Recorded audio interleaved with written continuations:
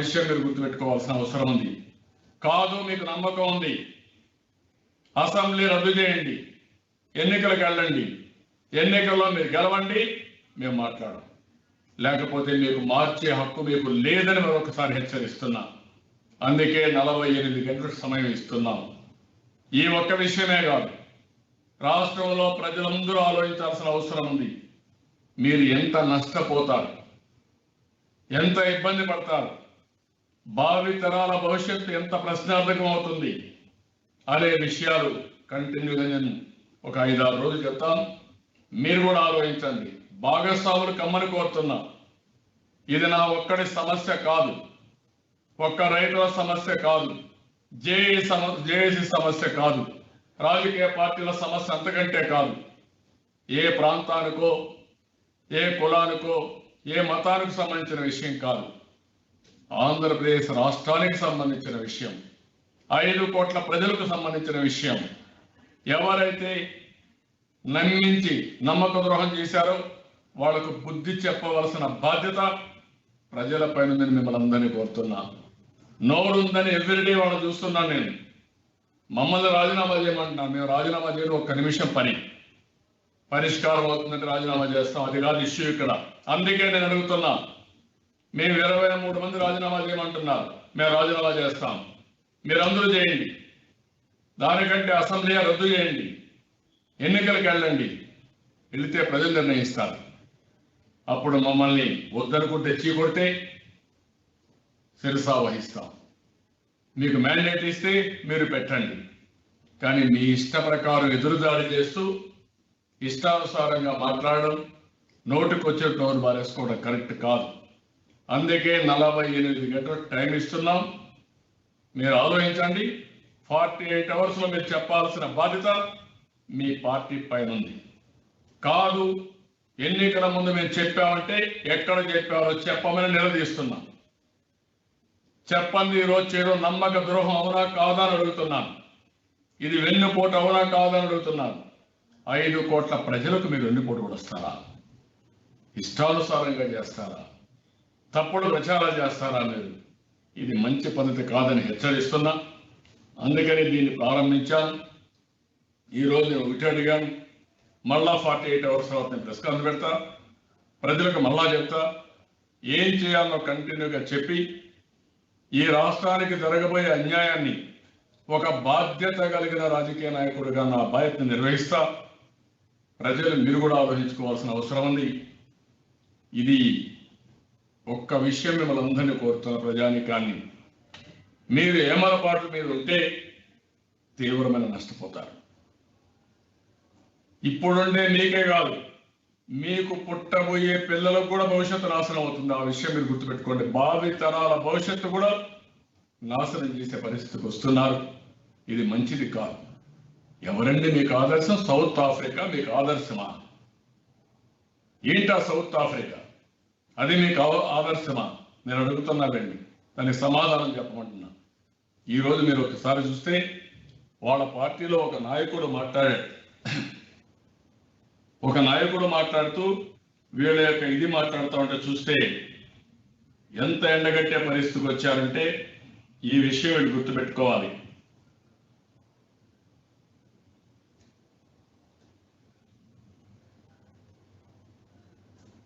నేను ఆ విషయం కూడా మీకు చెప్తాను. నేను ఒకటే ప్రజానీకాలందరినీ ఇప్పుడు ఒకటే కోరుతున్నాను, మీరు ఒకటే గుర్తుపెట్టుకోవాల్సిన అవసరం ఉంది.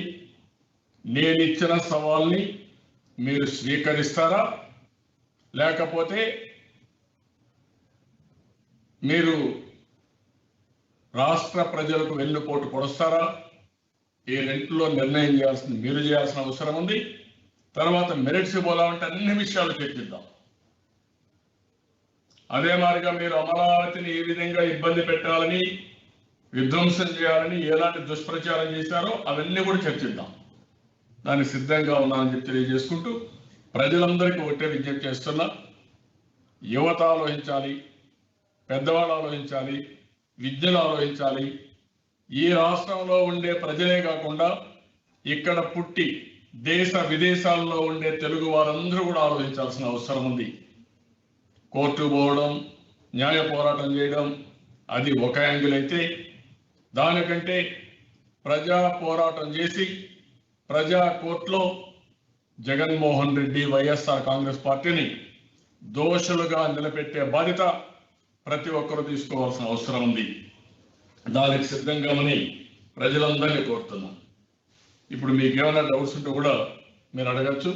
ఈ ప్రోగ్రాం ఒక కంటిన్యూగా మేము చాకౌట్ చేస్తున్నాం.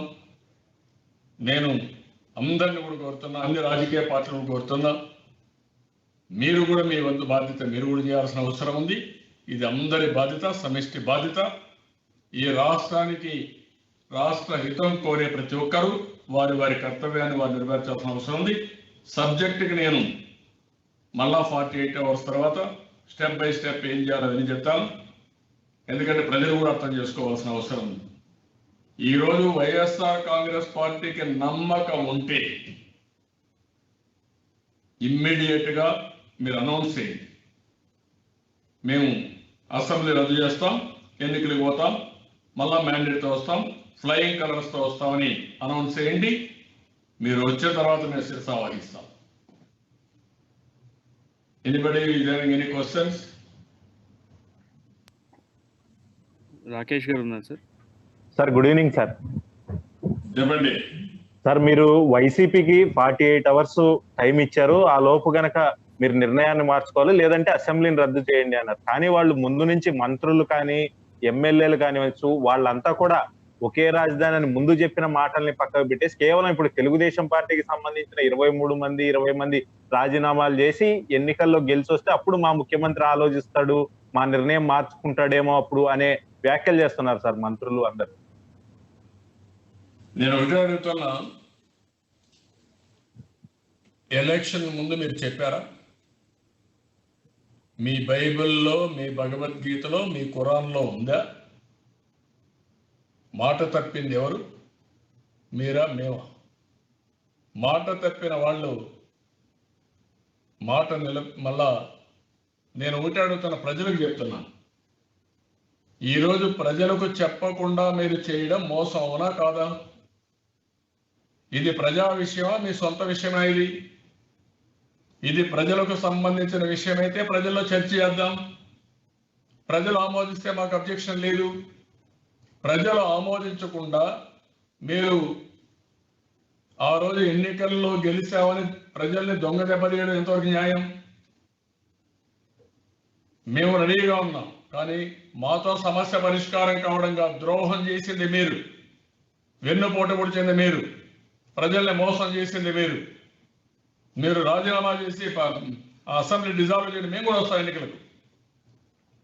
ప్రజలు నిర్ణయిస్తే దాన్ని ఆమోదిస్తాం. లేకపోతే మీ ఇష్ట ప్రకారం ఇట్లే మహాడర్ కాంగ్రెస్ పార్టీ కూడా అప్పట్లో ఎదురుదాడి చేశారు. ఏమైంది?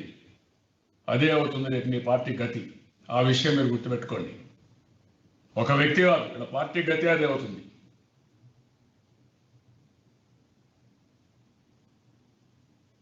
ఎనీబడి? సాంబశివరావు గారు ఉన్నారండి. సాంబశివరావు గారు. సార్, ఇప్పుడు వైఎస్ఆర్సీపీ వాళ్ళు 3 రాజధానులు అనే విషయంలో అడిగిన ప్రతిసారి ఒక మాట చెప్తున్నారు సార్. అమరావతి రాజధానిగా ఒకటిగా ఉంటుంది, అక్కడ కాకుండా మిగతా చోట్ల కూడా డెవలప్ చేస్తున్నాం. అంటే అమరావతి నుంచి మేము రాజధానిని తీసేయడం లేదు, మీరు పొరపాటుగా అర్థం చేసుకుంటున్నారు అని పదే పదే వాళ్ళు ఒక విషయాన్ని చెప్తున్నారు. 3 రాజధానుల్లో ఒక రాజధాని అమరావతి ఉంది కదా, రైతులకు ఎక్కడ అన్యాయం జరిగింది అని చెప్పి ఒక వాదన తీసుకొస్తున్నారు వాళ్ళు. దాని మీద మీరు స్పందించారు సార్. ఈరోజు వీళ్ళ పార్టీ నాయకుడు ఒక అతను ఒకటి పెట్టా, ఒక టెస్టిమోనియల్ చదువుతున్నా మీకు అందరికీ, మీకు ఒక ఐడియా ఉండాలి. ఇలాంటి టెస్టిమోనియల్స్ రావాలి, ప్రజలు స్పందించాలి. హాయ్, ప్రొఫెసర్ నాగేశ్వరరావు గారు. Myself doctor Krishna Reddy YN, MD internal medicine from West Godavari, Dwaraka, Tirumala. Sir, I have great opinion on your political analysis. I myself a great follower of Jagan since 10 years. But his 1 year governance made me to think why I voted to Jagan because of all stupid illogical, manic, and monopoly decisions. So I do not have any platform to express my grief and realistic ground realities in the village level. His decision on 3 capitals is the biggest mistake, and he is going to lose his power, and he cannot even think that he will regain power in the near future. I do not support this. I am pretty sure that 75% of public is against the 3 capitals. And if any leader wants to inspire from any country why he has chosen a poverty nation Africa, he cannot realize other country with great development other than Africa. I do not mind if some of you might be disturbed with my idea, in fact that he does not have brain in running the welfare schemes. Distribution money to public is not a big thing. A layman can run government. Running the political party is the great task rather than governance by distributing money. He does not have common sense that if the distribution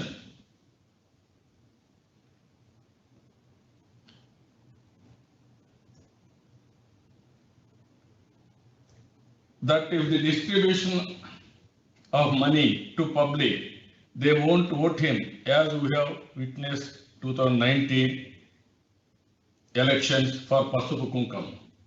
Finally, I can say Kiran Kumar Reddy administration is far better than monopoly Jagan. At least he continues the policies of earlier governments. As I am Dr. Jagan's decisions are foolish in health sector.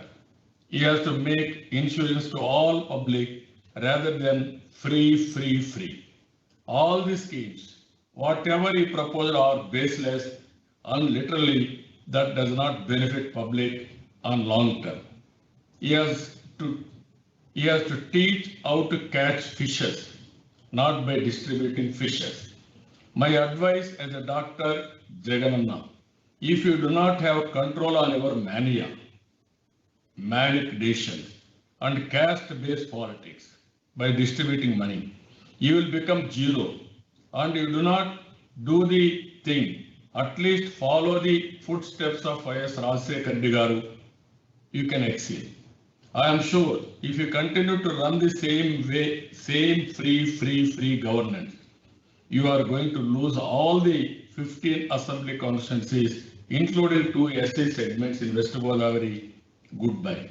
Thank you, Professor Nageswara Garu, for expressing my good ground realities about Jagananna 1-year administration. Who is he? Is not a Telugudesam party? Your own party? You answer for this? Now I am asking, can you abolish assembly or not? Jagan Mohan Reddy ki ye matra realization unna assembly రద్దు చేసేనా వెళ్ళాలి, లేకపోతే ఆయన చేసిన police decision withdraw చేసుకోవాలి. That is what I'm asking.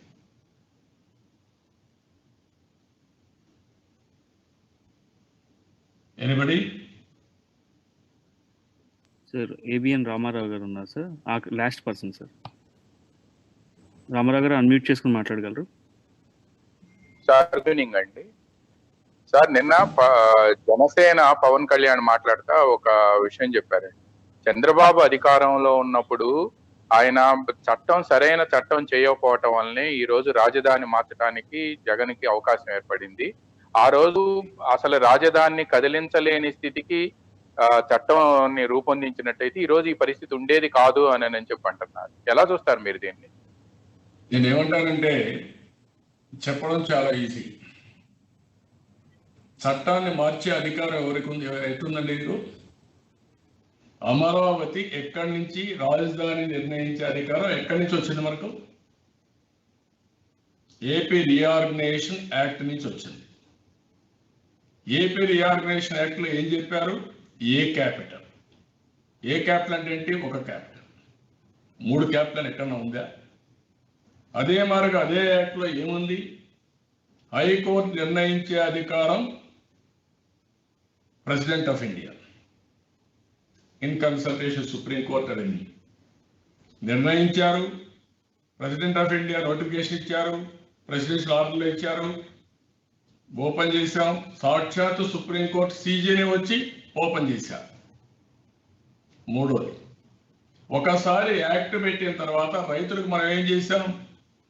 33,000 ఎకరాలు ఇచ్చినప్పుడు 9 సిటీలు ఏ విధంగా ఉంటుంది అవన్నీ కూడా చెప్పిన తర్వాతనే అగ్రిమెంట్ అయింది. It is a agreement between farmers and CRDA, government authorized CRDA. అంటే గవర్నమెంట్ ఆథరైజ్ చేసిన తర్వాత సిఆర్డిఏ యాక్ట్ తీసుకొచ్చింది. యాక్ట్లో ఇవన్నీ పెట్టినప్పుడు ఏ విధంగా మీరు మారుస్తారు? దీనికంటే పగడబల్లి చట్టమే ఉంది. మీకు అధికారం లేని దాంట్లో ఇన్వాల్వ్ అయ్యి ఈరోజు చట్టాన్ని మీరు మార్చి తప్పుడు పనులు చేస్తూ ఇప్పటికే 60-70 సార్లు కోర్టు కూడా మీకు ముట్టికాయలు వేసినా ఇంకా కూడా మీకు రియలైజేషన్ రాకుండా మీ ఇష్ట ప్రకారం ప్రవర్తిస్తూ ఉంటే ఇది పిచ్చి తుగ్లక్ అవునా కాదా అని అడుగుతుంది. పిచ్చి తుగ్లకు పిచ్చి బట్టి పడితే ఇవన్నీ చేస్తే ఎవరేం చేస్తారు? ఇంకా నేను ఒకటే అడుగుతున్న రాష్ట్ర ప్రజానీకాన్ని, మీరు ఆలోచించండి. నాకు రాజకీయం ముఖ్యం కాదు, లేకుంటే అధికారం ముఖ్యం కాదు, ఇంకోటి కాదు. మీకు నష్టమా అవునా కాదా? మిమ్మల్ని మోసం చేశాడా లేదా? అది తేలాల్సిన అవసరం ఉంది ఈరోజు. మీరు ఇవ్వండి. ఆయన మీద మీకు నమ్మకం ఉంటే, ఆయన 3 రాజధానుల వలన అభివృద్ధి అవుతుంటే నాకేం బాధలేదు. ఆ మాట చెప్పకుండా చేయడం ప్రజల్ని మోసం చేయడం. ప్రజలు చెప్పాలి, ప్రజలు ఆలోచించాలి. ఎక్కడ రాజధాని కావాలి వాళ్ళు నిర్ణయిస్తారా, మీరు నిర్ణయిస్తారా? మీకేం అధికారం ఉంది? వాళ్ళ భవిష్యత్తు దెబ్బతీసే అధికారం మీకెక్కడ ఉంది? వాళ్ళు ఇబ్బంది పెట్టే అధికారం మీకెక్కడ ఉందండి? ఎక్కడ వాళ్ళు ఎక్కడికో వచ్చి పోవాలంటే ఎట్టవుతుందండి ఇవన్నీ? అందుకే నేను చెప్పాను, ఈ విషయం చాలా చర్చ జరగాల్సిన అవసరం ఉంది. ఇప్పటికే నష్టపోయాం, దగాగా పడ్డాం, ఇంకా కూడా ఫర్దర్గా నష్టపోవడం మంచిది కాదు. శారీరకంగా, ఆర్థికంగా, మానసికంగా ఇప్పటికే తెలుగు జాతికి చాలా అన్యాయం జరిగింది. ఆంధ్రప్రదేశ్లో చాలా అన్యాయం జరిగింది. మళ్ళీ ఇంకా జరగడానికి వీలు లేదు. మాట్లాడితే రాజధానిలో 3 పెడితే అభివృద్ధి అవుతుందంటే అభివృద్ధి అంటే ఏంటో కూడా డిస్కస్ చేయాలి. ఏది అభివృద్ధి, ఎట్లా అభివృద్ధి అవుతుంది, ఇవన్నీ కూడా చర్చ చేయాల్సిన అవసరం ఉంది. అందుకే నేను అడుగుతున్నా, జగన్మోహన్ రెడ్డి చాలా నమ్మకం ఉంది ప్రజల్ని మోసం చేయడంలో. మీరు ఫస్ట్ రాజీనామా చేయండి, అసెంబ్లీ డిజాల్వ్ చేయండి, ఎన్నికలకు వెళ్ళండి. మీకు ఓట్లు వేసారా? నేనేం మాట్లాడను. ప్రజలందరూ ఆమోదిస్తే నాకెందుకంటే బాధ? పిల్లల భవిష్యత్తు బాగుంటుంది.